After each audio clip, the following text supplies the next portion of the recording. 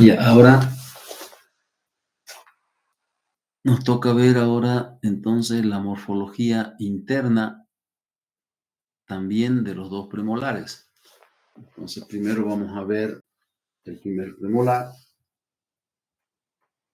y luego vemos el segundo. Y a lo último vamos a ver las diferencias que hay entre los premolares superiores e inferiores. Vamos a ver entonces primero lo que corresponde al primer premolar inferior. Aquí se los he ordenado de una manera más fácil de entender, ¿ya? Pero siempre hay que tener presente de que es mejor cuando uno dibuja porque así uno entiende mejor. ¿Cuántas raíces tiene el primer premolar inferior? En este porcentaje de 84.4% tiene una sola raíz. Entonces, en la mayoría de los casos es un diente uniradicular. Pero en esta pieza dentaria ya encontramos tendencias a la bifurcación. Por eso es que en esta pieza dentaria vamos a encontrar elementos que nos marcan que en esta raíz o que esta raíz tiene esa tendencia a bifurcarse. Pero, como les decía, generalmente encontramos al diente dentro de este porcentaje de 84.4%. Es decir, que un 15.6% de los casos pueden haber otras variaciones. ¿Ya? No nos confiemos también de que toda la vida o todo el tiempo vamos a encontrar los primeros premolares con una sola raíz. Ya les he dicho que por más escaso que sea el porcentaje en que tengamos alguna variación de la raíz, de repente alguna vez ese pequeño porcentaje con características diferentes nos puede tocar. Y tenemos que saber qué hacer en estas situaciones.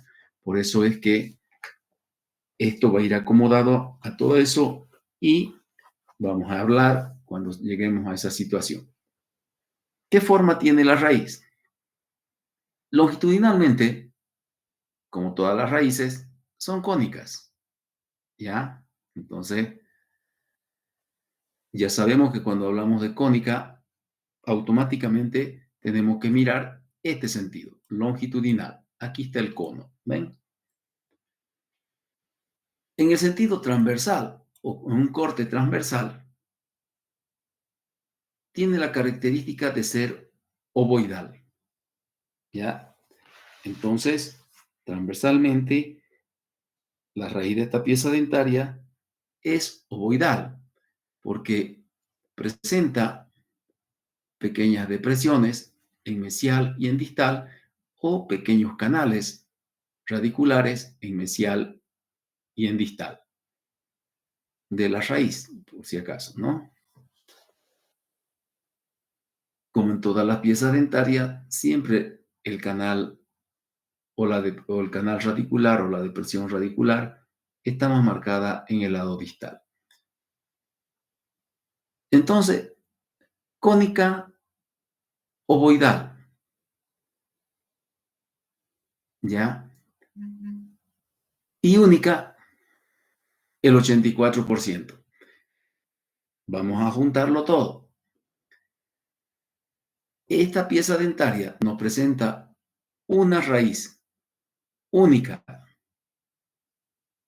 cónica longitudinalmente, transversalmente ovoidal, en un 84.4%, unida las dos cosas.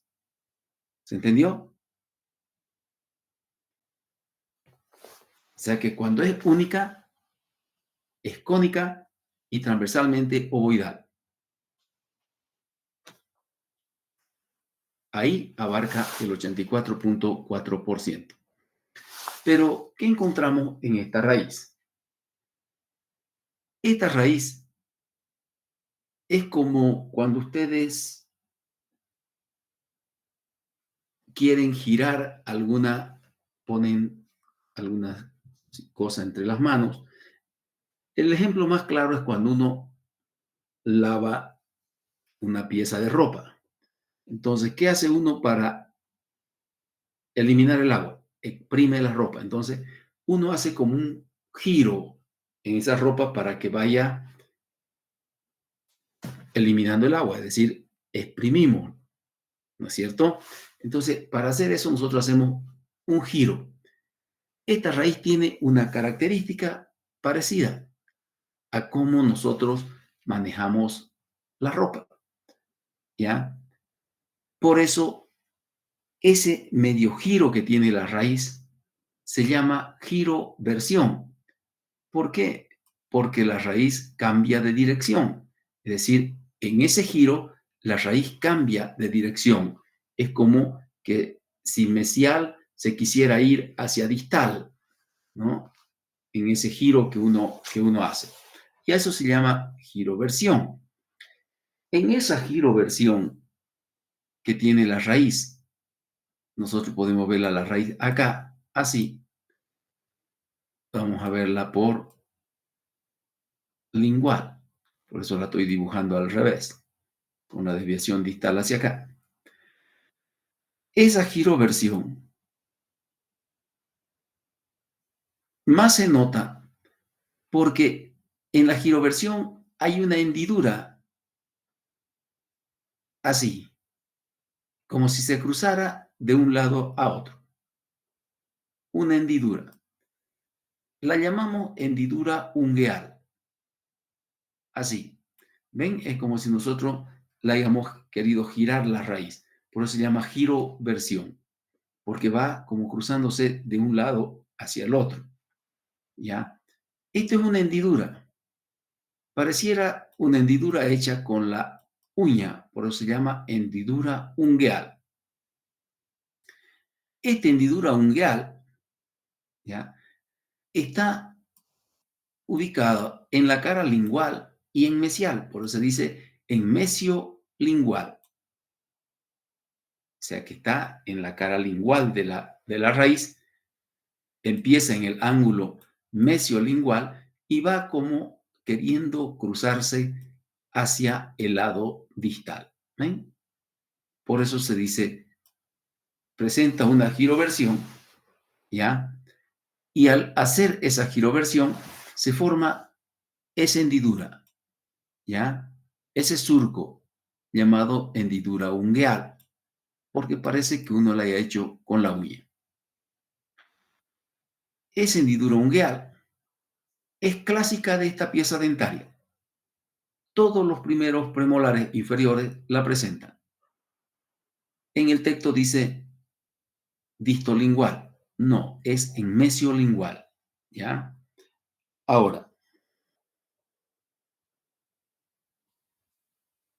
esta hendidura ungueal que está en mesiolingual es una insinuación a la bifurcación de la raíz. ¿Qué otra situación presenta este diente? Acá, en vestibular de la raíz, en esta parte cervical, vamos a encontrar que esta parte cervical es ensanchada, es ancha. Este sentido, este diámetro mesiodistal aquí en cervical es ancho. Y encontramos aquí, al centro, una pequeña depresión. Esa pequeña depresión también es una insinuación a la bifurcación. Entonces son dos muestras que nos da este diente.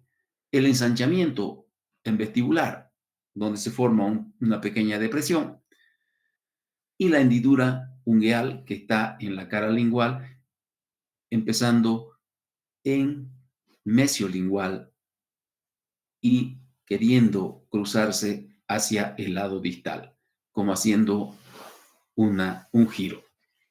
Entonces, esos dos elementos son los que nos muestran que esta raíz tiene una tendencia a bifurcarse.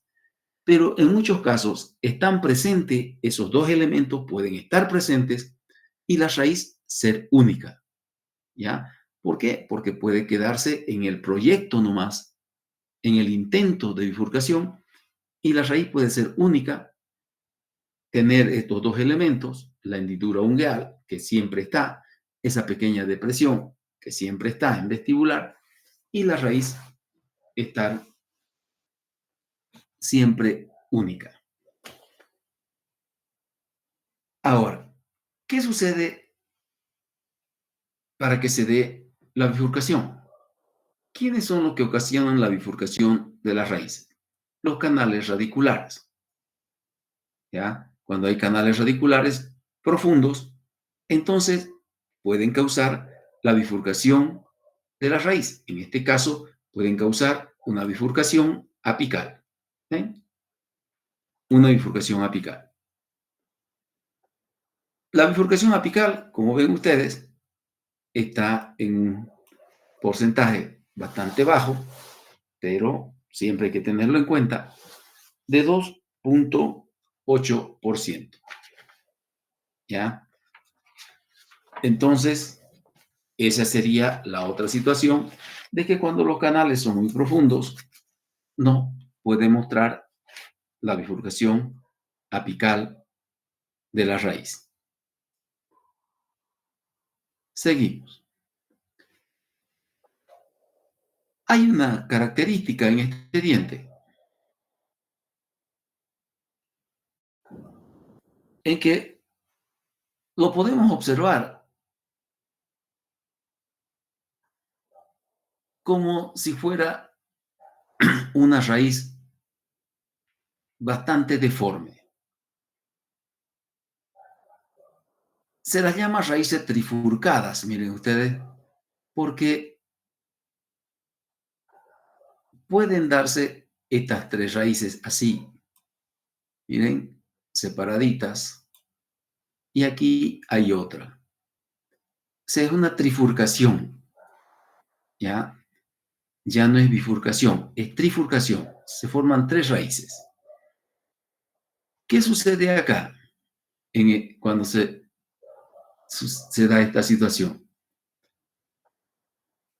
Esto se da porque el ensanchamiento que mostrábamos en la raíz en vestibular, ese ensanchamiento que forma esta depresión, esa depresión puede profundizarse y causar la bifurcación de esta raíz, así, ¿ya? Y luego aparece otra en la parte lingual y se da la trifurcación. Este tipo de raíces es muy normal encontrarla en esta pieza dentaria. Está en un 10,6%, pero hasta ahora lo que yo he visto en este diente es una situación así.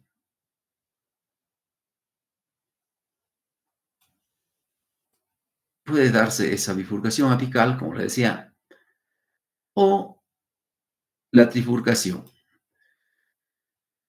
Esta característica es la forma en la que se presenta, no tanto así, ¿ya? Entonces, cuando uno mira la radiografía, mira el ápice radicular y cuando ve estas saliencias en el ápice, ahí están frente a una raíz bifurcada o trifurcada, ¿ya? Asusta, sí, asusta, especialmente cuando uno se ha olvidado de que les han enseñado que puede darse esta situación, puede asustar, pero no es algo que no se pueda solucionar, ¿ya? ¿Por qué? Porque estas piezas dentarias que tienen las raíces así bifurcadas, La raíz de este diente tiene un conducto bastante amplio y cuando es único es bien estrecho en el ápice. Pero cuando el conducto se bifurca, o la raíz se bifurca, perdón, el conducto también se bifurca y nos permite, como el conducto es amplio acá en el tercio cervical y en el tercio medio, nos permite llegar a estas ramificaciones o estas bifurcaciones del conducto, ubicando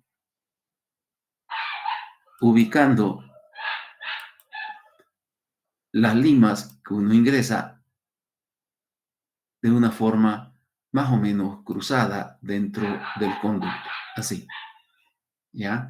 Una vez uno llega a colocar las limas dentro de esas raíces bifurcadas o trifurcadas, entonces empieza a instrumentar. Una vez instrumentado, deja la lima ahí, instrumentamos el otro, limpiamos bien, dejamos la lima ahí y también si es trifurcada, hacemos lo mismo con el otro. Entonces cuando queremos obturar, nosotros agarramos, sacamos una lima, colocamos el medicamento, medimos bien, colocamos el cono, luego sacamos la otra lima, colocamos medicamento y así, conducto por conducto. Pero cuando están limpios, colocamos las limas primero para saber que estamos en cada una de esas raíces ramificadas. Si son dos, serán dos limas. Si son tres, las tres. Entonces no es un diente que hay que verlo, hay que asustarse y bueno, decir hay que extraerlo, ¿no? Cuando se descompone el diente, cuando tiene una caries profunda, ha tenido una caries profunda que ha causado la necrosis, la muerte de la pulpa, puede haber infección y en algunos ratos no se puede ya instrumentar más. Entonces, ni modo, ahí sí es un indicador de una exodoncia. Pero mientras se pueda limpiar, mientras puedan, siempre traten de limpiar. Fíjense, aquí estos conductos ser rectos, ¿ven? Y el otro también. Entonces, trata de ubicar. ¿Por qué? Porque aquí están los conductos bifurcados. Acá viene un solo conducto todavía. Desde acá recién se ramifican los conductos. ¿Ven? Entonces, siempre hay que tratar. No se asusten de ver estas cosas porque cuando uno se asusta es señal de que se olvidó uno que le enseñaron, ¿no? Por eso le digo, tómenle atención a lo que uno les enseña, porque esto que yo les indico son cosas que yo sé que se pueden hacer porque las he hecho. Si yo nunca las hubiera hecho, entonces le dijera, no, este diente háganlo, deséchenlo y tráiganlo. Pero no es así. Se puede. Especialmente cuando ustedes se encuentren con una pieza dentaria que es importante que quede en la boca porque va a ser su retenedor de puente o su soporte de puente, su retenedor de placa, entonces ustedes sabrán que es importante salvarlo. No hagan lo que ya está, se ha hecho una norma, extraer y meter un implante. No se olviden que el mejor implante del diente es su raíz. Luego tenemos otro tipo de dientes, ¿no? ¿Cuál es el otro tipo de raíces que podemos encontrar? ¿Ya? Encontramos dos raíces que dan el aspecto de estar fusionadas. Miren, aquí hay un canal radicular profundo, ¿ya? Pero las dos raíces están unidas. Entonces cada raíz tendrá su conducto, ¿ya? Y también puede ser salvada en caso de tratamiento. Y cuando uno desconfía de estas raíces, entonces para eso Ahí en tercer año les van a enseñar a sacar radiografías y ustedes tomarán radiografías proximales, ¿no? Panorámicas digitales, etcétera. Un sinnúmero de elementos de lo que ustedes se pueden valer. Entonces, tenemos también ese aspecto de que el diente aparenta tener dos raíces fusionadas, ¿ya? Y cada raíz va a tener su conducto. Estas características de raíces fusionadas en el primer premolar inferior se presentan en un 2.2%. Entonces, como ven, ¿ya? Estas son las características. Acá tenemos el cuadrito resumido. Una raíz única, cónica, longitudinalmente, transversalmente ovoidal, 84.4%. Una raíz donde aparenta tener las raíces fusionadas y cada raíz con su conducto, 2.2%. Una raíz bifurcada en el ápice por profundización de los canales radiculares, 2.8. Y la trifurcación, 10.6. ¿Ya? Entonces, esas son las características que nos muestra esta pieza dentaria. ¿Cuánto mide la raíz de este diente? 14.6. La corona mide 7.8.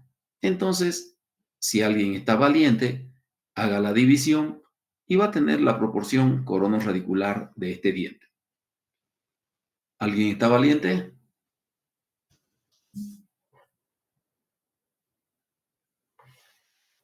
¿O están cansados de chatear y sus dedos están dolidos? 1.87, doctor. ¿Cuánto? 2, 1.87. 2 puntos. No, a ver, 14.6 entre 7.8. 1.87. 1.87, ¿no es cierto? ¿Sí? Ya. Eso entonces sería la proporción coronorradicular. 1.87. ¿Sí? Y sí. Ya. Esa sería la proporción coronorradicular. La raíz termina de formarse, siempre en su ápice, es lo último que termina de formarse, a los 12 años. Y tiene la característica, esta raíz, cuando es única, de tener un ápice en punta. Acá, como ven, una sola raíz. Ya. Acá, los canales que nos muestra acá, ¿ven? Y nos dan el aspecto de dos raíces fusionadas, de dos conductos, la bifurcación apical y la trifurcación. ¿Ya?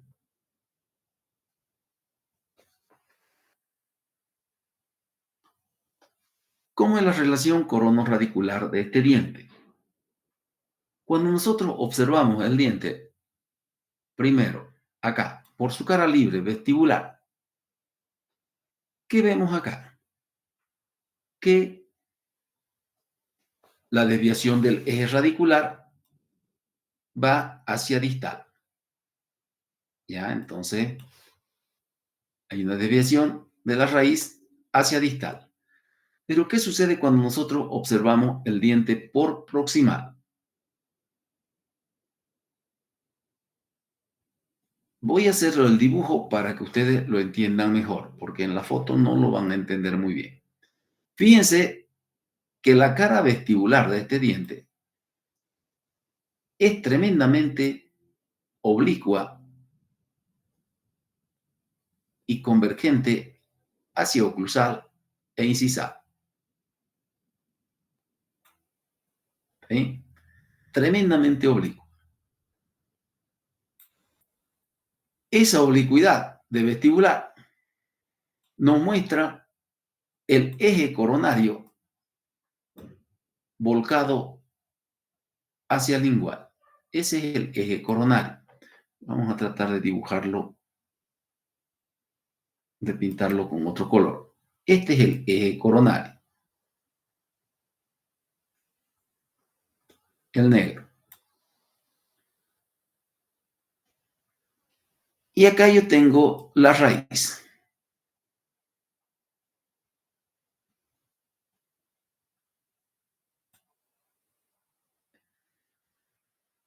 Y voy a marcar el eje radicular. Vean. Esto es importante que lo entiendan para que ustedes observen esta situación. ¿Ven? Vestibular tiene gran oblicuidad hacia oclusal y lingual para acomodar la oclusión con los superiores. ¿Ven? La corona está así. Aquí me he ido un poco con el dibujo. Vamos a tratar de acomodarlo bien. A tratar de dibujarlo de menor forma para que ustedes lo entiendan mejor.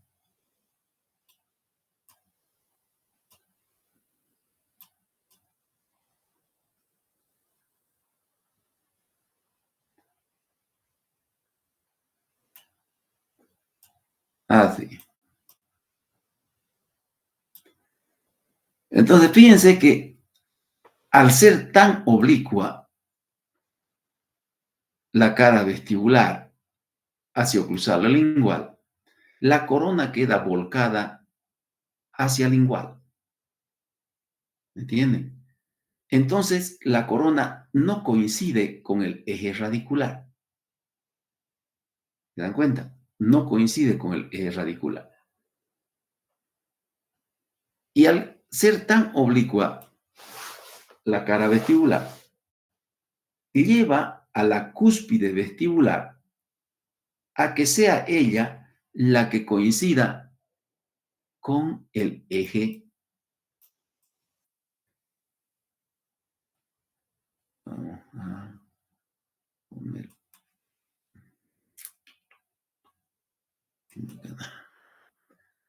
A ver si se ve el amarillo.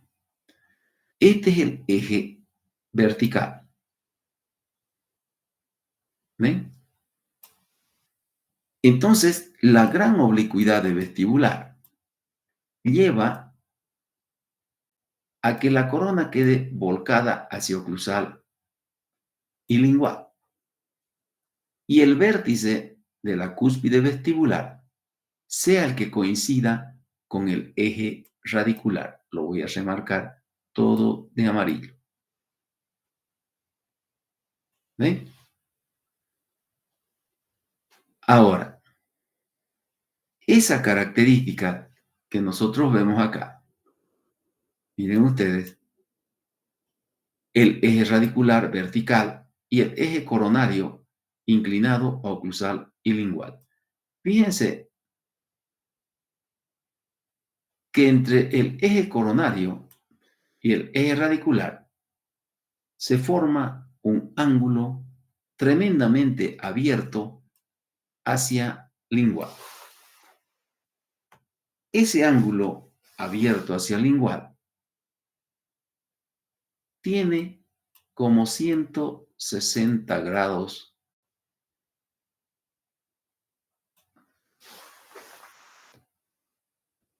de abertura. Es un ángulo muy abierto, ¿ya? Que llega a los 160 grados aproximadamente. ¿Entendieron? Por eso, cuando nosotros dibujamos o tallamos en cera o en jabón este diente, tenemos que hacer vestibular siempre oblicuo ahí, y en base a esa oblicuidad trazamos nosotros esta vertical, y en base a esta vertical nosotros tenemos que fijar el eje radicular. ¿Entienden? ¿Ven? Fíjense cómo rapidito se forma. ¿Entendieron? ¿Se Sí. entendió?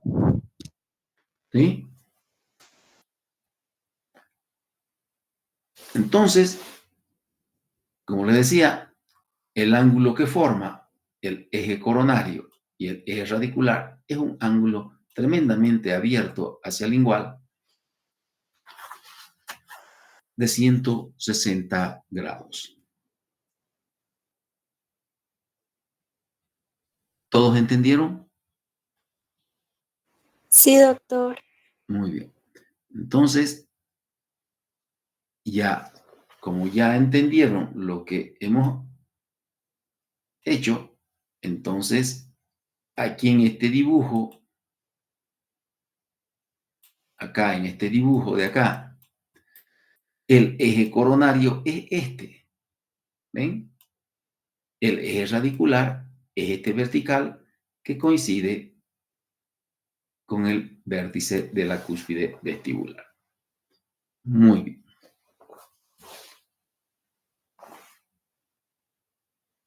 ¿Qué dirección tienen las raíces y los conductos en esta pieza dental? Aquí van a notar algunos numeritos que son bastante interesantes. En su texto de ustedes, en una parte dice 57%, pero es el 47%. 47.5% tiene raíces rectas.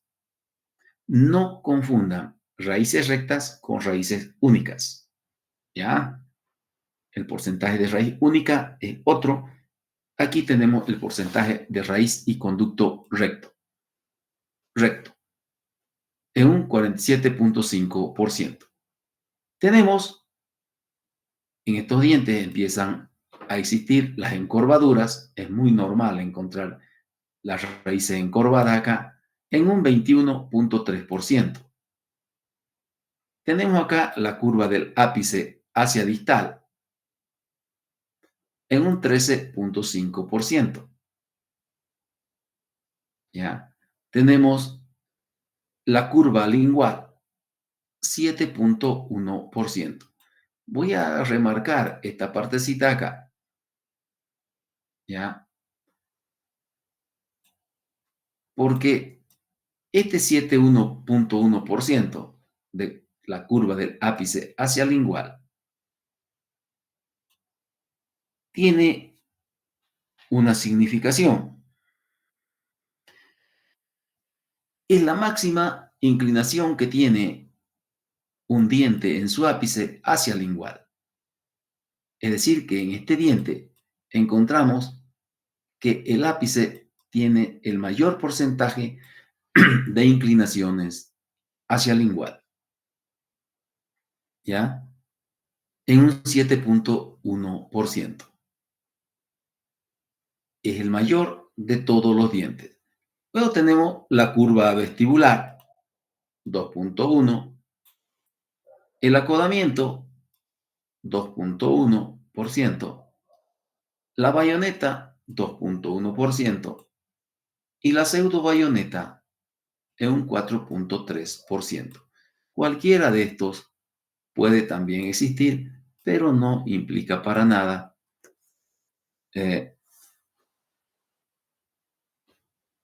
no implica mucho atraso en el tratamiento. Sin olvidar que en esta pieza dentaria el acodamiento ya empieza a presentarse. Ya hay acodamientos bastante marcados en algunos casos, que eso sí ya puede dificultar la endodoncia o el tratamiento endodóntico. Ahora, veamos lo que tenemos acá. Fíjense que tenemos el 47.5% de raíces rectas. Pero si nosotros sumamos, miren, la curva, la encorvadura distal y la curva del ápice hacia distal, ¿ya? 21 más 13, 21.3 más 13, nos da 34.8. Entonces, 34.8 es un número cercano al 47.5. Entonces, este diente o lo encontramos con raíz recta o sumando estos dos podemos encontrarlo con una de estas desviaciones, puede ser en curvadura o curva apical a distal. ¿Ya? Entonces, eso podemos encontrar. Ahora, ¿qué otra característica encontramos en este cuadrito? Esto. Es el segundo diente con mayor porcentaje de encorvaduras radiculares hacia distal. Y el que ocupa el primer lugar es el dientecito que viene más adelante. Entonces, estos son los dos dientes que tienen el mayor porcentaje de encorvaduras distales, ¿ya?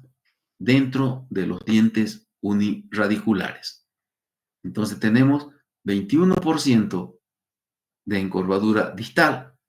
Es el segundo lugar, porque el primer lugar lo ocupa el segundo premolar inferior, ¿ya? Entonces, este premolar está en segundo lugar, el segundo premolar está en primer lugar, son los dos dientes uniradiculares que tienen el mayor porcentaje de encorvaduras a distal. ¿Pudieron anotar todo lo que les dije?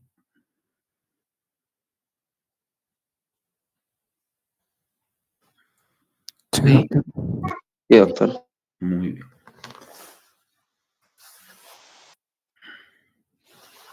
Venimos a la cavidad pulpar.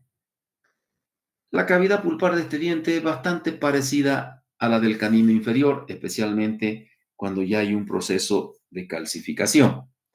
Ya a veces, cuando estas piezas dentarias tienen algún desgaste o sufren alguna rotura, ¿no?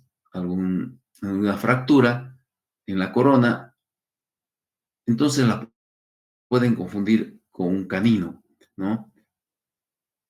Igual cuando nosotros vemos una radiografía de la morfología interna, si no sabemos diferenciar el diente, podemos confundir la cámara pulpar o la cavidad pulpar también con la de un canino.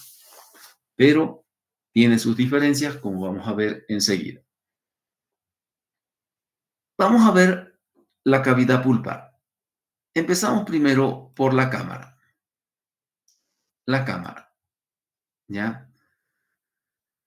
Vista por su cara libre, entonces estamos viéndola en el sentido mesiodistal, por su cara libre, vestibular, o puede ser por lingual, no pasa nada. ¿Qué características observamos en la cámara pulpar cuando la vemos por vestibular?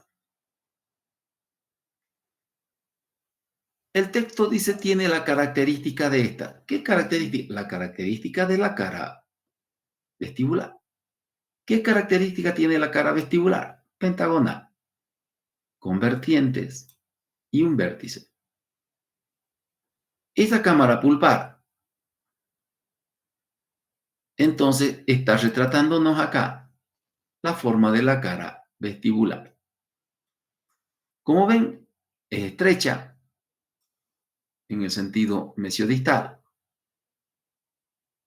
Estrecha. ¿Ya? Las paredes, ya saben ustedes que todo lo que es convexo hacia afuera es cóncavo hacia la cámara.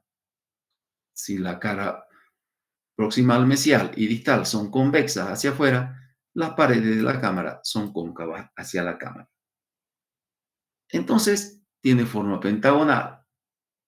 Cuando este diente es joven, ya saben que puede tener lobulaciones así. También la cámara va a presentar sus lobulaciones o sus tres cuernitos, pero que después se desaparecen las escotaduras, se forman las vertientes y también acá quedan las vertientes formando un pentágono.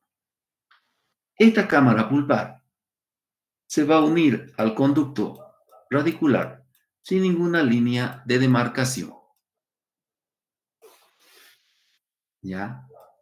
Y como ya sabemos, las paredes del conducto, cuando hablemos del conducto lo vamos a ver, van a ir convergiendo hacia el ápice formando el cono, tal como se forma o como lo forma el cono de la raíz. ¿Ven?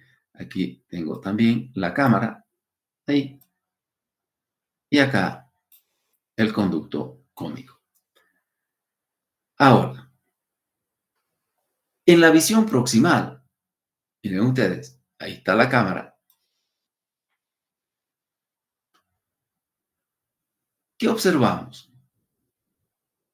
Observamos una cámara amplia en el sentido vestíbulo lingual, con dos cuernos que hacen recordar la forma de las cúspides. La cúspide vestibular, prominente, aguda, ¿no? Mucho más grande que la cúspide lingual. Lo mismo sucede acá, ¿no? Vamos a ponerle otro colorcito para que lo puedan diferenciar. Y miren ustedes, acá tengo el cuerno vestibular, tremendamente grande, prominente, ¿ya? Y aquí el cuerno lingual, muy pequeño, como un esbozo, ¿ven? Retratando todo lo que sucede en vestibular, en oclusal y en lingual. Esta cámara pulpar, vista por proximal, nos muestra primero en el techo de la cámara esos dos cuernos tremendamente diferentes, o como dice el texto, disímiles, es decir, diferente en tamaño. El cuerno vestibular llega a la mitad de la corona. Eso es muy importante que conozcan. Solamente el cuerno vestibular llega a la mitad de las coronas. El cuerno lingual, como la cúspide lingual es pequeña, entonces el cuerno vestibular, el lingual, perdón, es pequeño, como un esbozo que solamente está marcado aquí en el tercio cervical de la cámara o de la corona, ¿no? Entonces el cuerno lingual está en el tercio cervical de la corona, pero el cuerno vestibular llega a la mitad de la corona. Ahora, por eso, como les decía hace rato, especialmente ya cuando hay calcificación, como ven ustedes, miren, este cuerno vestibular prominente, bien marcado, y el cuerno lingual pequeño, tiene su similitud como si este cuernito fuera la concavidad que forma el espolón del canino inferior. Por eso, miren, se parece, ¿eh? Ahora, ¿qué sucede con esta cámara pulpar? Fíjense que acá la cámara pulpar es tremendamente amplia en el sentido vestíbulo lingual. Se une a un conducto amplio también, sin ninguna demarcación. Hasta ahí lo vamos a dejar, porque cuando hablemos del conducto, vamos a volver a estos dibujos, o si no, lo dibujamos allá, ¿no? Entonces, al igual que todo premolar, la cámara pulpar, con sus paredes, dan el aspecto cuboideo, como es su corona. Corona es cuboidea, entonces la cámara pulpar también va a ser cuboidea. Como ven acá, convexo hacia afuera, cóncavo hacia la cámara, convexo hacia afuera, lingual, cóncavo hacia la cámara. La pared de la cámara, entonces, serán invertidas, ¿no? Cóncavas hacia la cámara. Seguimos.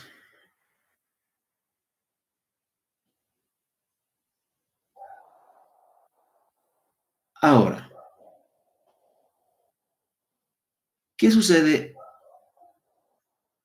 con esta cámara? Cuando el conducto es único, como en este caso, ya la cámara y el conducto se unen sin demarcación, que no hay piso. Pero ¿qué sucede cuando la cámara ya tiene que unirse a un conducto bifurcado? Entonces, cuando se bifurca el conducto, aparece el piso, ¿ya? Y este conducto, en algunos casos, como hemos visto, tiene bifurcación del conducto, entonces aparece el piso. Una vez que esta pieza dentaria, miren ustedes, fíjense aquí, es un diente joven. ¿Ven? Miren acá el cuerno vestibular y aquí el cuerno lingual. Pero aquí tenemos un diente adulto, miren. ¿Ya? Desapareció el cuerno lingual. ¿Por qué? Porque ya el proceso de identificación lo hizo desaparecer y queda una cámara similar a la del canino.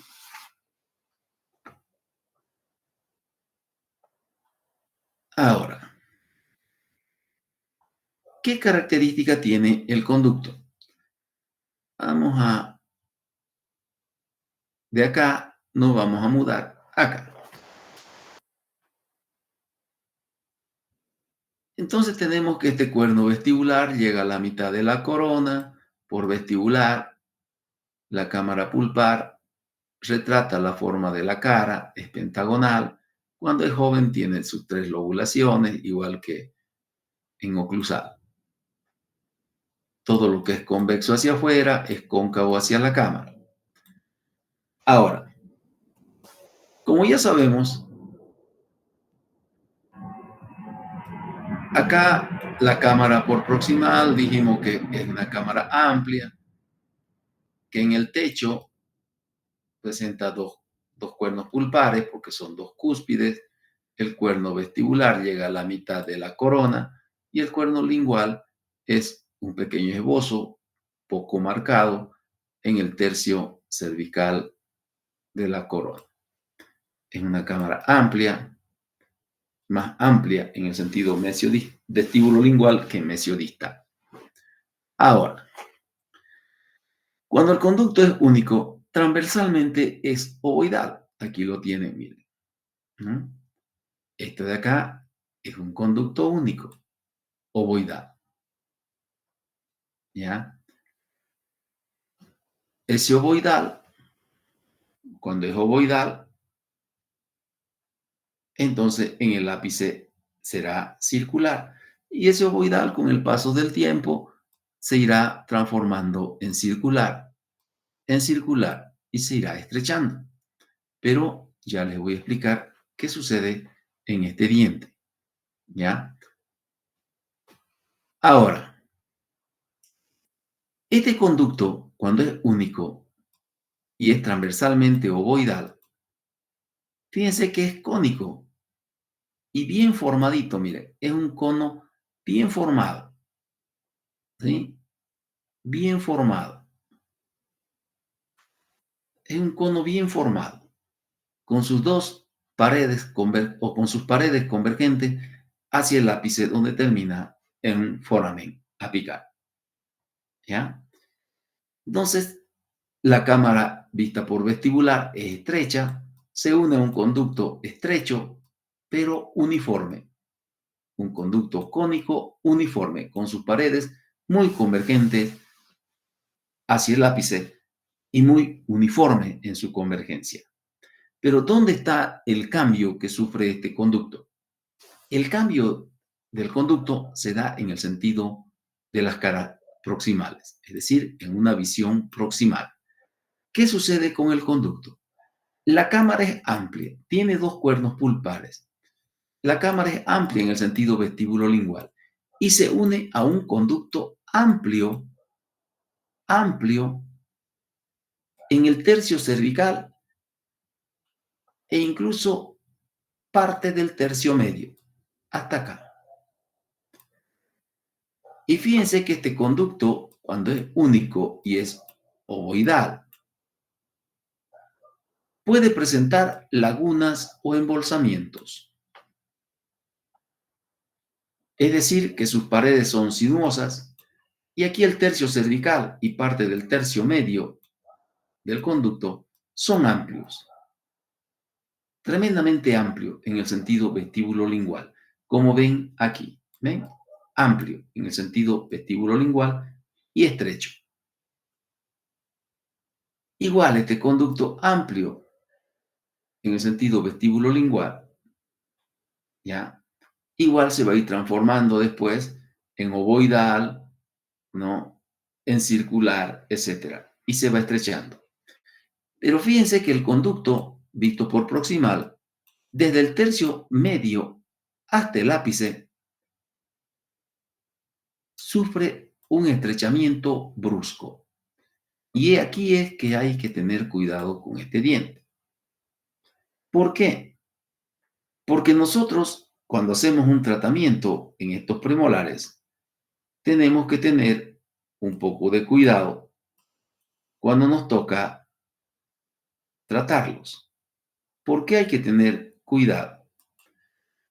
Porque cuando nosotros llegamos acá con la lima a la cámara y aparte del conducto en el tercio cervical y parte del tercio medio, podemos colocar una lima bastante gruesa. Pero esta lima gruesa viene y se nos atora aquí. Y si nosotros nos olvidamos que este diente tiene lagunas o embolsamiento en el tercio cervical y parte del tercio medio y que después el conducto es estrecho, podemos forzar la lima acá y la rompemos. Entonces, lo que tenemos que hacer en este diente es que, aunque tenga, conociendo su anatomía, aunque tenga el tercio cervical y medio, aparte de la cámara, amplia, tenemos que empezar con un instrumento delgado. Llegar al ápice, ¿no? Instrumentar, limpiar y luego paralelizar estas paredes que están sinuosas, las paralelizamos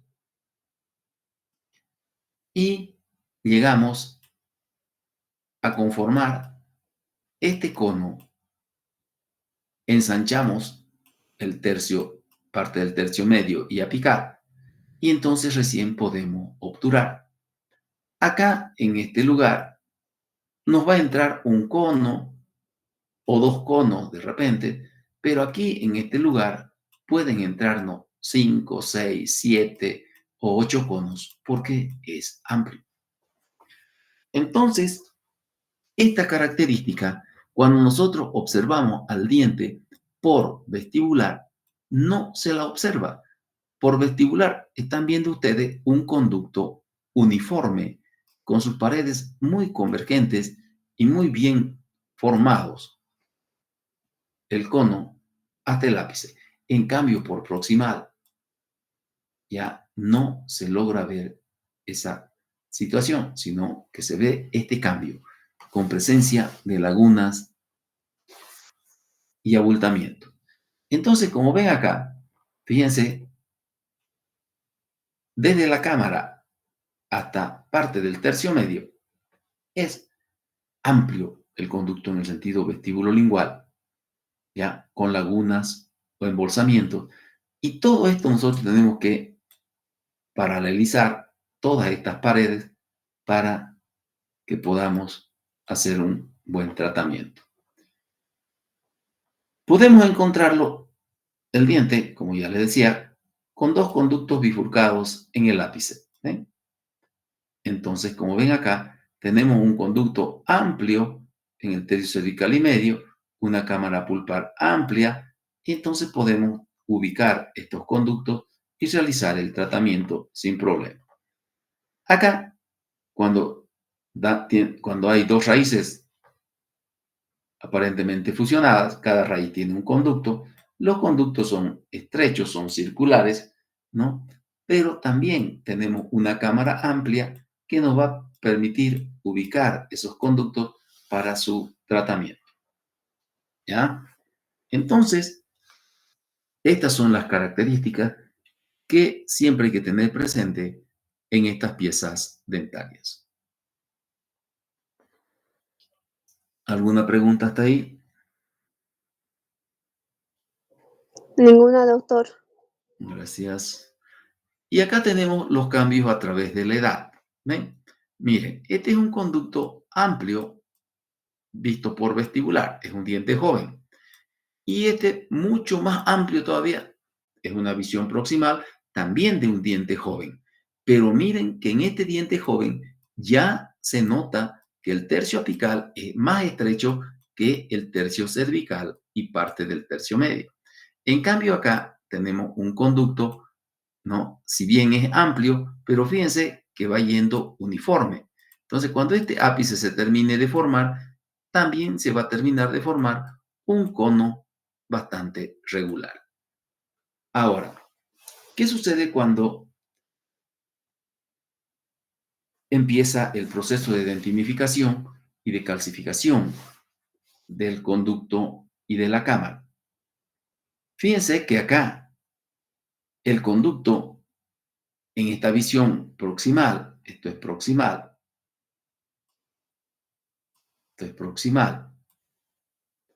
fíjense que el conducto ya tiene un conducto filiforme, ya muy delgado. Filiforme quiere decir en forma de hilo, delgado, ¿ya? ¿Por qué? Porque ya el proceso de dentinificación lo está estrechando y lo puede obliterar. En este diente, en muchos casos van a encontrar un conducto obliterado, ¿ya? Por la dentinificación. ¿Por qué? Porque aún siendo joven es estrecho, entonces el proceso de dentinificación lo estrecha más y lo puede cerrar, lo puede obliterar. Pero fíjense que el conducto en el tercio cervical y medio sigue siendo ancho. ¿Por qué? Porque como acá habían lagunas o embolsamiento, el proceso de dentinificación tarda más en estrecharlo, al igual que la cámara. ¿Eh? La cámara se va calcificando también, los cuernos van desapareciendo, se van redondeando y el cuerno lingual empieza a desaparecer. Acá, como ven ustedes, ya tenemos un conducto más calcificado. Miren acá, está a punto de obliterarse el conducto en el tercio apical. En el tercio medio y cervical, el conducto ya se estrechó. Entonces ya no es amplio en el sentido vestíbulo-lingual, ¿no? Ya no es ovoidal y amplio, ¿no? Sino que ya aquí puede estar volviéndose circular porque se estrechó. Pero fíjense, el cuerno vestibular sigue ahí, pero el cuerno lingual ya no hay. Aquí, en este momento, es donde la cámara pulpar podemos confundirla con la del canino inferior porque se parece. ¿Ya?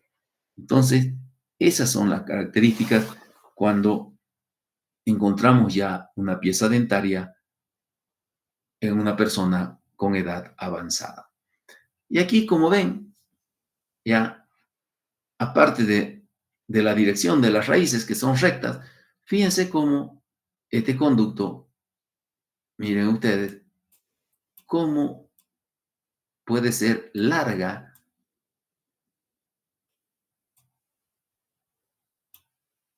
la parte del conducto que se vuelve contricto, que se vuelve filiforme, y a veces puede quedarse solamente la partecita de la cámara y parte cervical del conducto que tienen amplitud. Y después el conducto es tremendamente estrecho, por eso es que hay que tener cuidado, ¿no? Aún siendo recto el diente, pero el conducto tiene esa característica.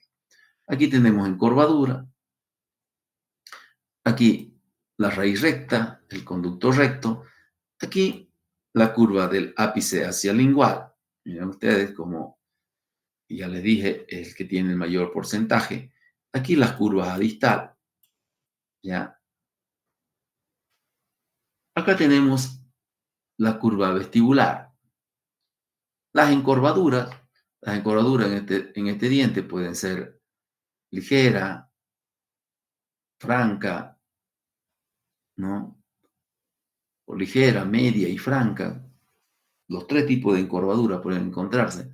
Pueden encontrarse raíces muy, muy encorvadas, pseudobayonetas, bayoneta, curva del ápice hacia el lingual, que ya vimos, bifurcación, porque existen canales proximales profundos, la bifurcación de la raíz y del conducto en el tercio apical.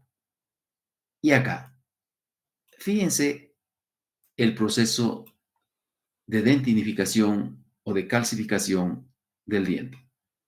De un diente joven a un diente adulto, cómo va estrechándose especialmente primero el conducto. Y fíjense que la cámara, por más cerrado que esté el conducto, fíjense aquí este conducto está calcificado, ya está obliterado en el ápice, pero la cámara sigue manteniendo cierta amplitud. Por eso es que nos puede confundir, ¿no? Y a veces metemos de golpe la lima si no tenemos cuidado y al ser más gruesa queremos hacer un movimiento brusco y se puede romper. Acá los cortes transversos, como ven, la raíz transversalmente ovoidal, ¿no? Ovoidal, ovoidal, ¿no? Entonces acá hay dos conductos porque hay ramificación o porque hay trifurcación también en esa raíz.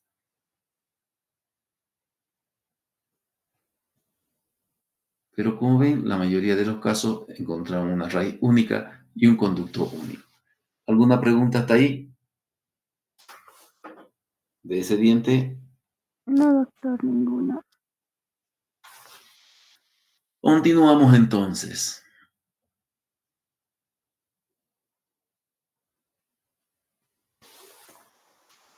Y vamos acá al segundo premolar inferior.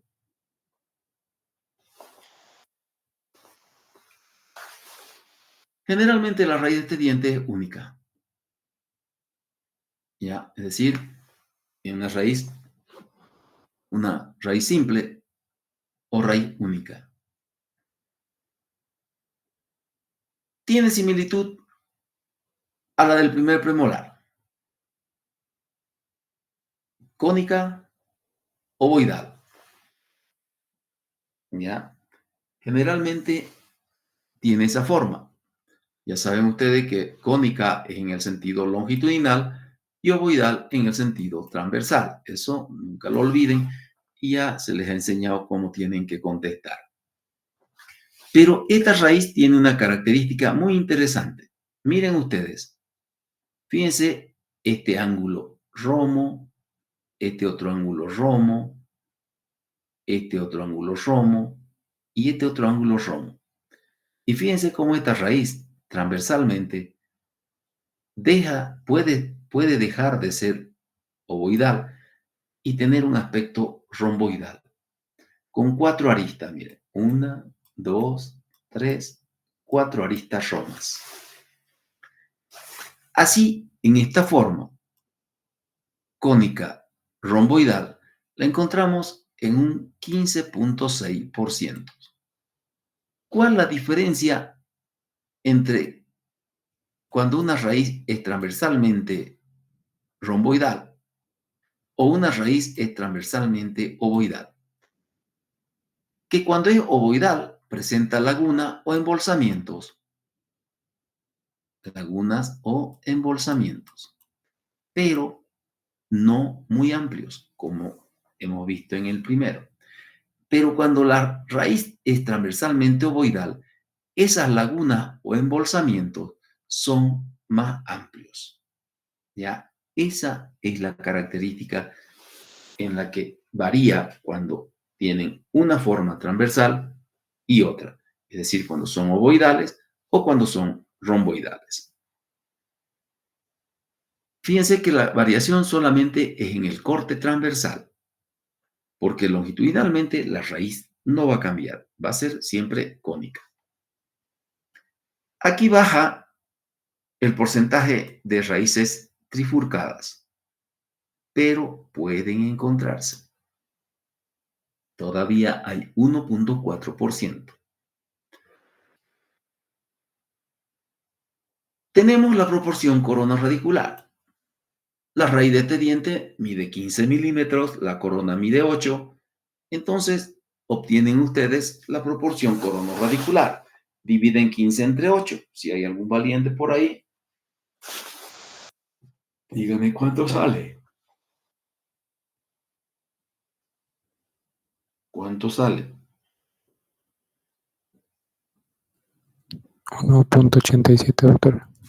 1.87 también. ¿Sí? Sí, O doctor. 1. ¿No? Entonces, si sale 1.87, ¿a quién se parece en su proporción radicular? Al primer premolar. Al primer premolar.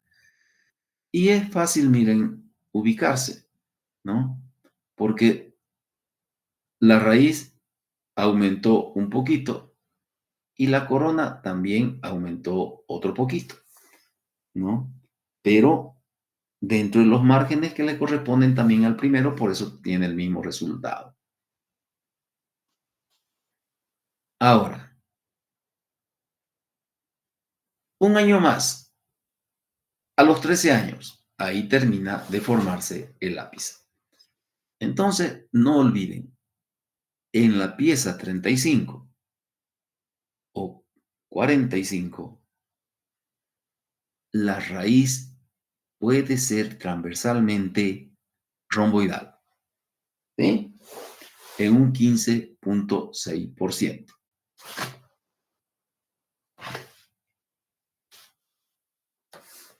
La relación corona-radicular.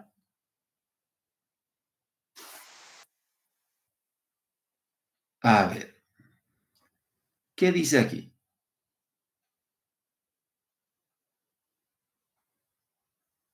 Similar a la primera también.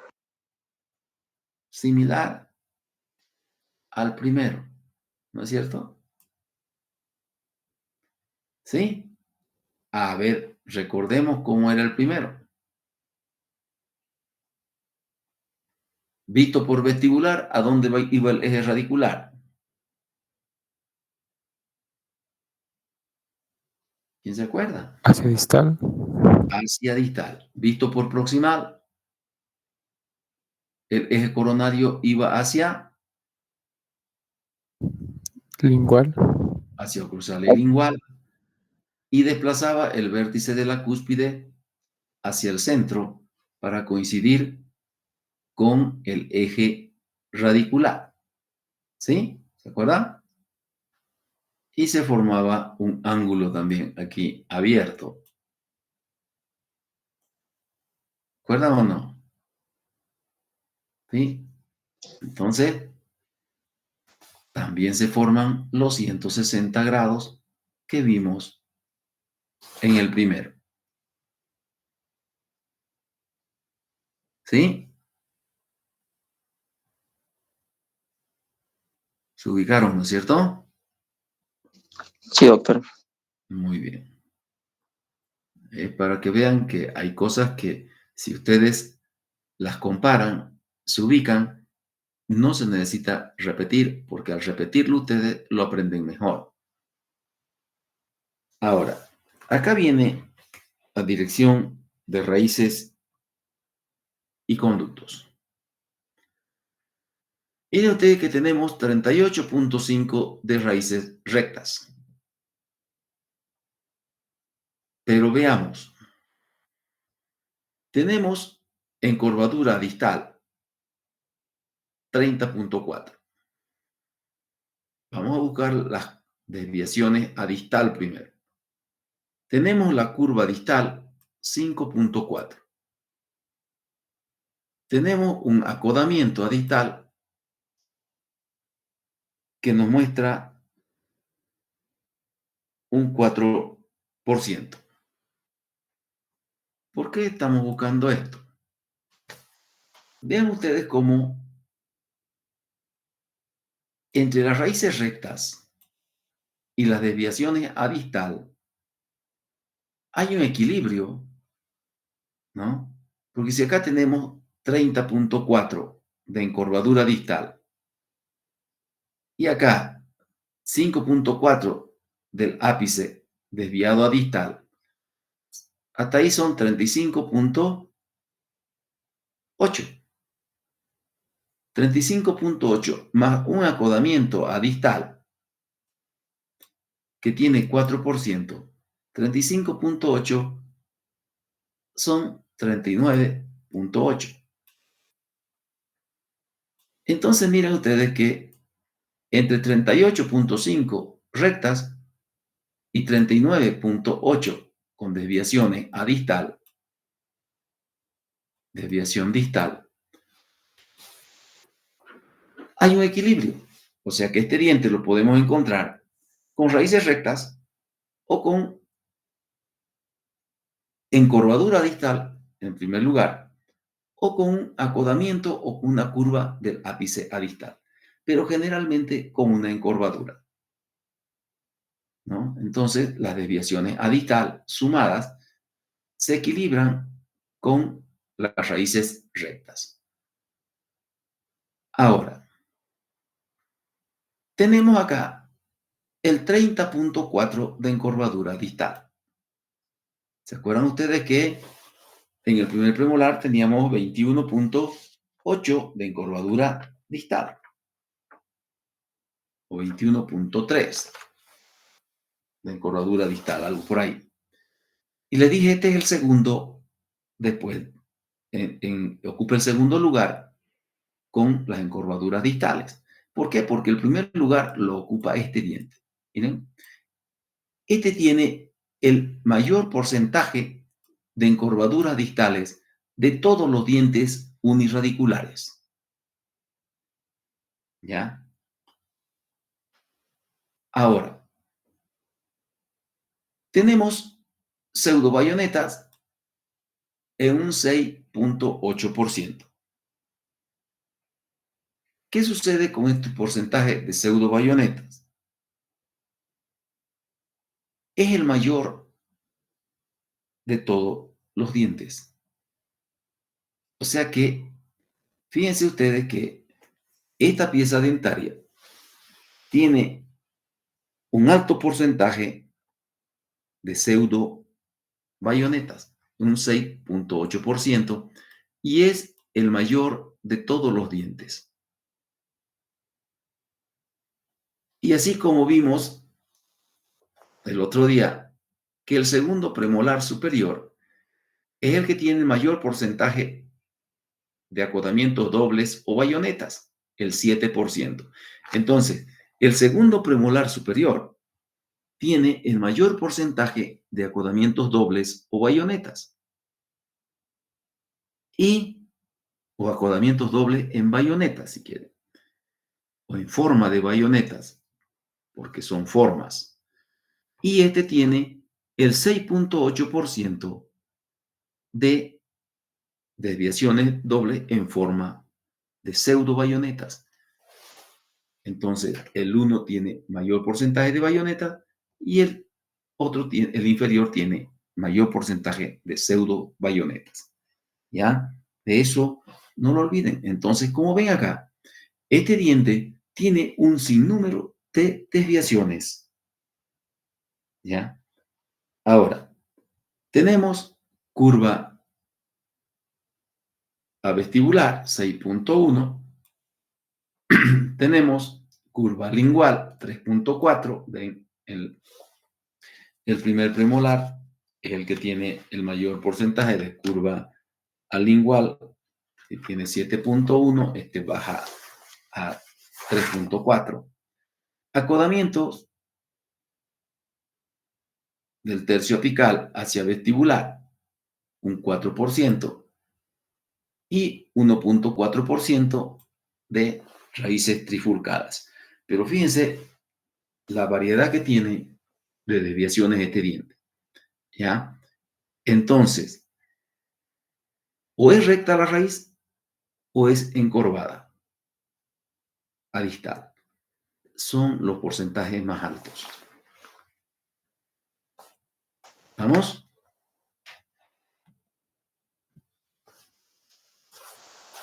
Ahora, llegamos a la cavidad pulpar. Y acá los autores lo hacen bastante resumido. ¿Por qué? Porque en la cámara pulpar, esto se refiere a la cámara pulpar, cámara pulpar. ¿Qué sucede? ¿Hay similitud con el primero? Sí. Es cuboidea, ¿no? Tiene techo. ¿Dónde está la diferencia con el primero? En esto. El cuerno vestibular y el cuerno lingual se equilibran en tamaño. ¿Por qué? Porque crece la cúspide lingual. Entonces, ya aquí no es un cuerno el que llega a la mitad de la corona, sino que los dos cuernos, tanto vestibular como lingual, llegan a la mitad de la corona. ¿Ya? Y como el diente es de mayor tamaño que el primero, también la cámara pulpar, tanto en el sentido mesiodistal como en el sentido vestíbulo lingual, son más amplias que el primero, pero se sigue manteniendo que la cámara, por sus caras libres, es más estrecha que en el sentido vestíbulo lingual. Eso se sigue manteniendo, pero es más amplia en las dos visiones, vestibular y proximal, que la del primero. Los cuernos del techo son mayores y ambos cuernos llegan a la mitad de la corona. ¿Vamos? Ahora, viene el conducto. Cuando la raíz es cónica ovoidal, como el primer premolar, entonces tenemos características del primero, ¿no?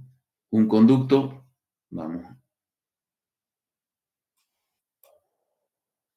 un conducto, aquí está la cámara, pentagonal, ¿no es cierto? Pentagonal.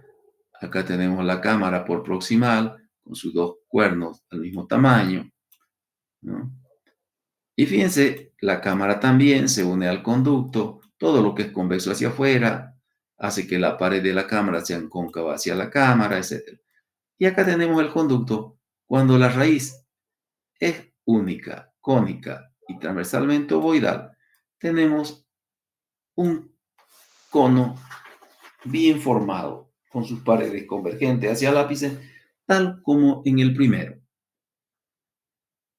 Cuando la raíz es transversalmente ovoidal, entonces tenemos acá también laguna, embolsamientos en el tercio cervical y medio y un estrechamiento brusco a nivel del tercio apical. ¿Sí? O sea, eso es cuando el diente tiene la forma radicular cónica ovoidal. ¿Dónde está el cambio? El cambio está cuando la raíz es transversalmente romboidal. No cambia la cámara. La cámara está en la corona, eso no cambia, porque la forma romboidal es en la raíz. Tenemos la cámara amplia, en el sentido vestíbulo lingual. Los dos cuernos pulpares llegan a la mitad de la corona. Pero ¿qué sucede cuando la raíz es transversalmente ovoidal? Estas lagunas o embolsamientos son tremendamente más amplias que en el primero. ¿Ya? mucho más amplias que en el primero. ¿Ya? Entonces, el tratamiento que se realiza en estas piezas dentarias nos hace que nos encontremos con una cámara pulpar amplia, un conducto amplio, pero siempre teniendo en cuenta que en el tercio apical va a ser estrecho. ¿Ya? Entonces, esa es la diferencia entre tener una raíz cónica ovoidal y una raíz cónica romboidal. ¿Se entendió? Después el conducto, cuando veamos ahorita los cambios a través de la edad, van a ver que se va a ir transformando por el proceso de dentinificación, pero para hacer un tratamiento acá, en este diente, nunca olviden de paralizar las paredes para realizarlo, porque si no se paralizan las paredes, en estas cosas, en estas sinuosidades, estas curvas que hacen las lagunas o embolsamiento, puede quedarse tejido necrosado, descompuesto acá, que puede hacer fracasar el tratamiento. Por eso hay que limar, limpiar y lavar.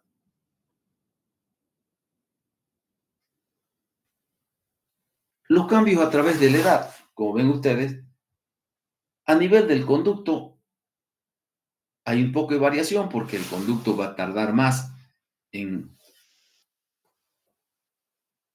dentinificarse, en estrecharse, cuando la raíz es transversalmente ovoidal o romboidal, pero como cuando es ovoidal, tiene las características similares al primero. Ahora, acá ya no desaparece el cuerno pulpar.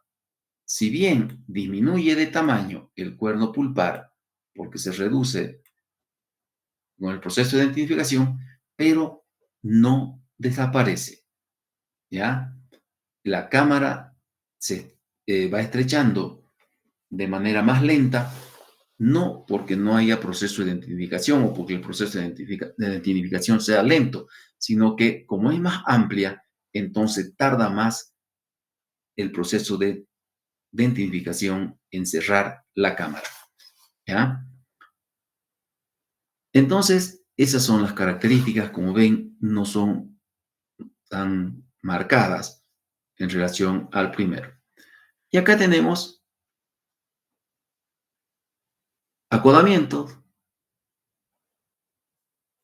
raíces rectas. Ustedes mírenle al conducto, curva vestibular. Pero fíjense aquí en este cuadrito. Todas estas son encorvaduras. Ligera, mediana, francas, encorvaduras, es decir, bien marcadas. Pero fíjense por vestibular cómo el conducto se estrecha, se vuelve filiforme, ¿ya? Pero este mismo conducto filiforme visto por vestibular, por proximal puede ser este, que está filiforme en el tercio apical, pero todavía está amplio en el tercio cervical y a nivel de la cámara. Entonces, por eso es que tenemos que tener cuidado, y cuando se duda más de la cuenta, válganse de las radiografías. Nunca le dé flojera sacar radiografías. Yo veo que caminan con su paciente y cruzan la calle incluso con su paciente con la boca abierta. Lastimosamente, todas esas incomodidades tienen que pasarla, pero háganlo. No se queden cortos. Tenemos bayoneta, acodamiento, ¿no? La pseudo bayoneta. Fíjense la cámara y los conductos cuando los dientes están jóvenes o recién formados, ¿ya? Acá tenemos, ya va yendo, se va formando la constricción del conducto, se va estrechando. La cavidad pulpar y el conducto se van estrechando. Fíjense que la constricción aquí del conducto ya está bien marcada, pero la cámara todavía se la observa una parte del conducto con embolsamiento, ¿ya? Fíjense que el conducto se vuelve filiforme, puede calcificarse. Entonces, todo esto pueden encontrar ustedes. Acá tenemos las raíces en los cortes transversales.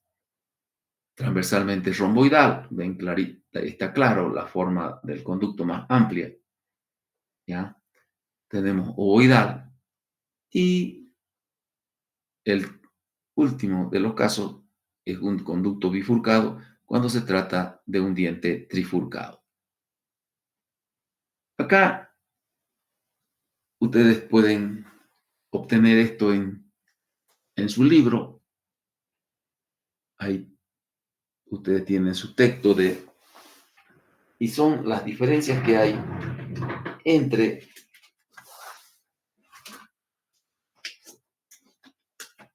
los premolares superiores y los premolares inferiores. Entonces, esas diferencias que ustedes tienen ahí es simplemente tratar de interpretarlas y hacer una comparación entre ellas. Tamaño. ¿Cómo es el tamaño de los premolares? A ver. Los premolares superiores. El primer premolar superior es de mayor tamaño, de mayor volumen que el primero inferior. El segundo superior, ligeramente mayor en su volumen que el inferior. ¿Los dos inferiores son más largos? Sí, son más largos, pero son menos voluminosos. ¿Ya? ¿Entendieron? Ambos premolares, tanto superiores como inferiores, son crecientes. Siempre el primero más pequeño, el segundo de mayor tamaño. Eso es muy importante cuando uno talla los premolares, saber diferenciar eso, porque no puede tallarse un primer premolar del mismo tamaño del segundo. Por eso es que las medidas hay que tenerlas bien en cuenta. La forma de la cara oclusal. Los dos superiores son pentagonales, ¿no? Tienen el aspecto pentagonal. El diámetro mayor, vestíbulo palatino. Los inferiores tienen el diámetro mesiodistal y el vestíbulo lingual ligeramente más equilibrado. No se olviden que el uno tiene 6.9 y 7.5. El otro tiene 7.3 y 8.1. Y además de eso, el primer premolar sale de la línea de la forma pentagonal, es ovoidal, ¿no? El inferior. Y el segundo inferior vuelve a ser de nuevo pentagonal.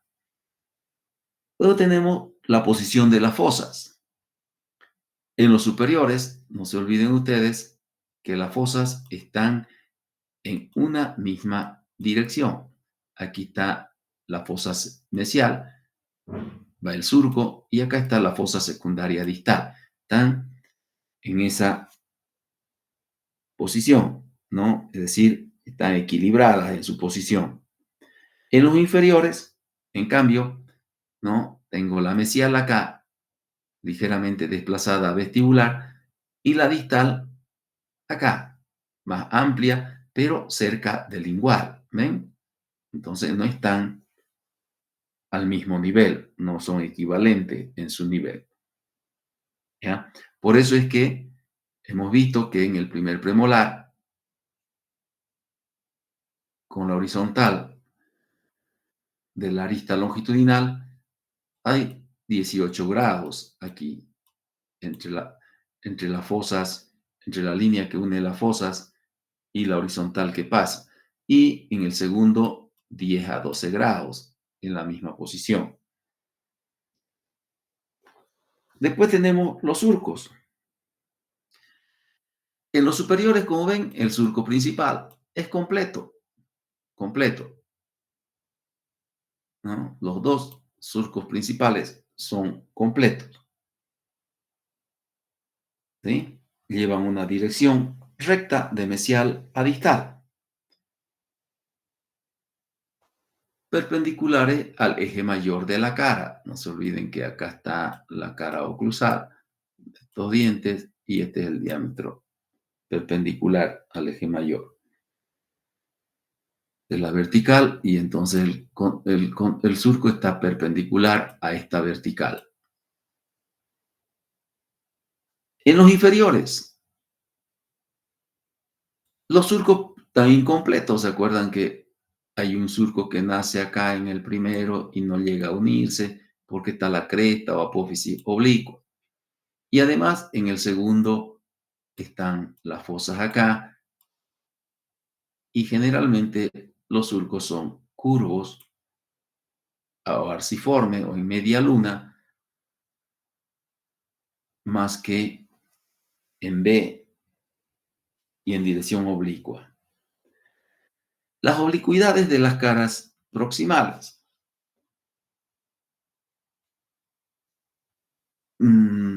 Perdón.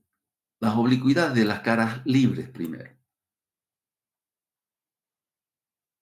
Palatino en los superiores es más oblicuo que vestibular.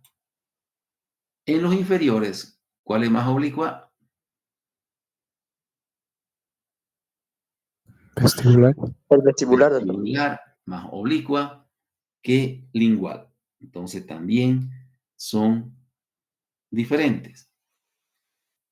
En su convexidad, las convexidades también son diferentes, ¿no?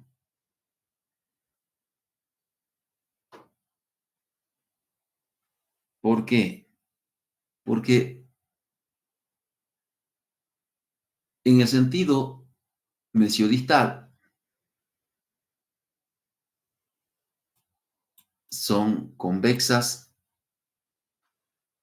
son más convexas en los superiores, pero en el sentido cérvico-oclusal son más convexas los inferiores, ¿no? Entonces, también son diferentes.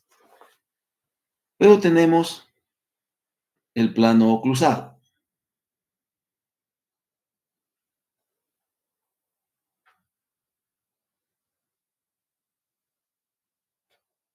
El plano oclusal se refiere a que acá, por ejemplo, en el primer premolar superior y en el segundo premolar superior, ¿no? Aquí hay una diferencia de 1 milímetro entre las cúspides, ¿sí? Hay un ángulo de 10 grados. En el segundo, las dos cúspides tienen el mismo tamaño, coinciden. En los inferiores son diferentes. Acá tenemos el segundo superior y el primero inferior. No se olviden ustedes que aquí se forman 30 a 40 grados en el primero, ¿ya? Y en el segundo, la diferencia es apenas de 1 milímetro también y pueden formarse también 10 grados, ¿no? Entonces, también hay sus diferencias ahí en la característica del plano oclusal. No se olviden que en el segundo es 10 a 15 grados, pero la diferencia es de 1 milímetro también. Ahora, las superficies proximales. ¿Qué sucede en las caras proximales de estos dientes, tanto en mesial como en distal?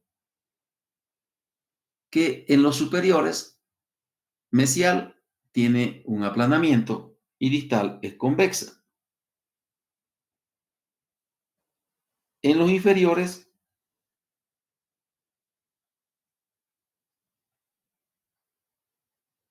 son convexas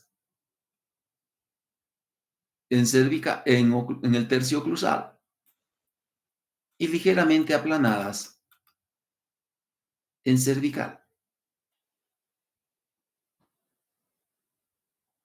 Luego viene la porción radicular.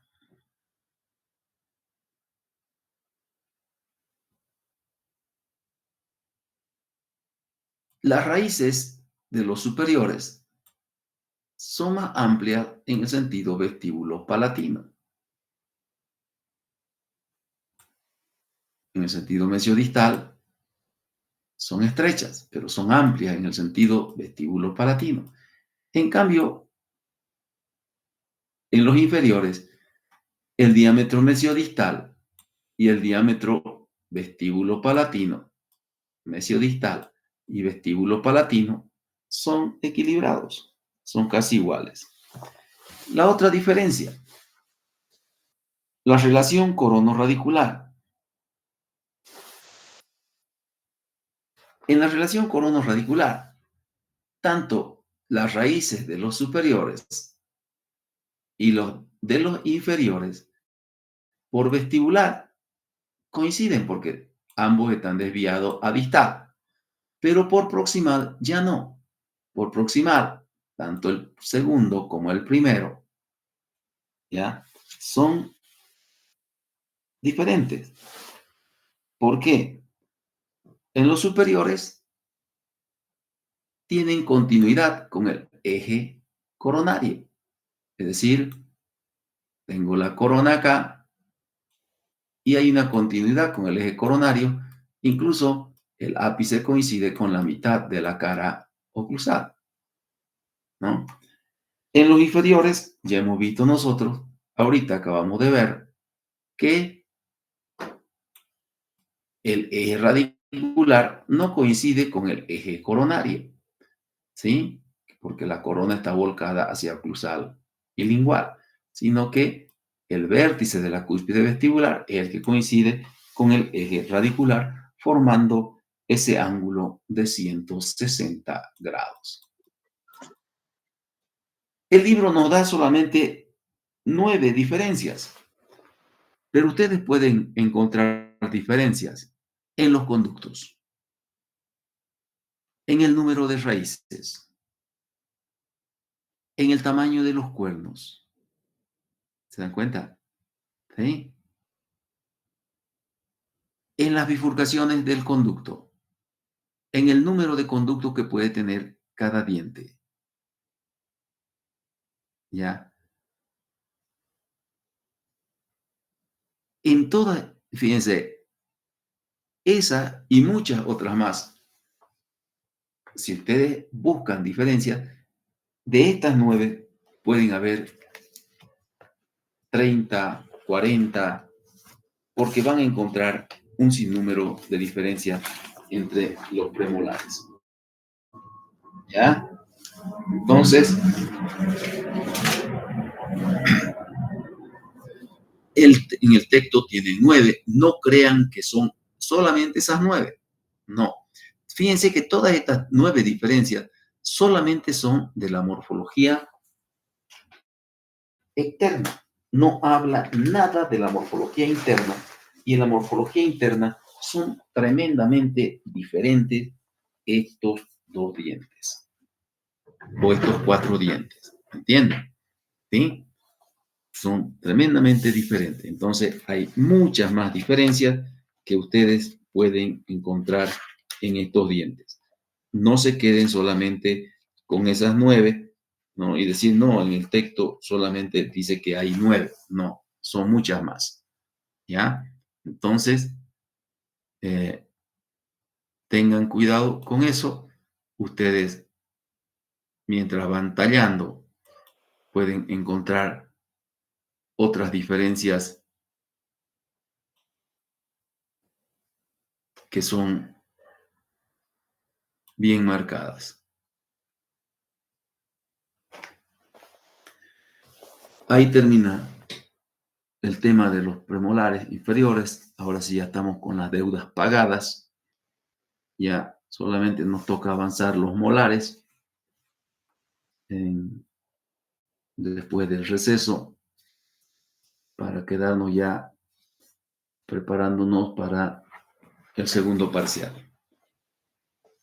Si no tienen ninguna pregunta, muchas gracias por asistir. Que tengan una buena vacación. Practiquen tallado. No se vayan a soñar conmigo porque van a despertar llorando.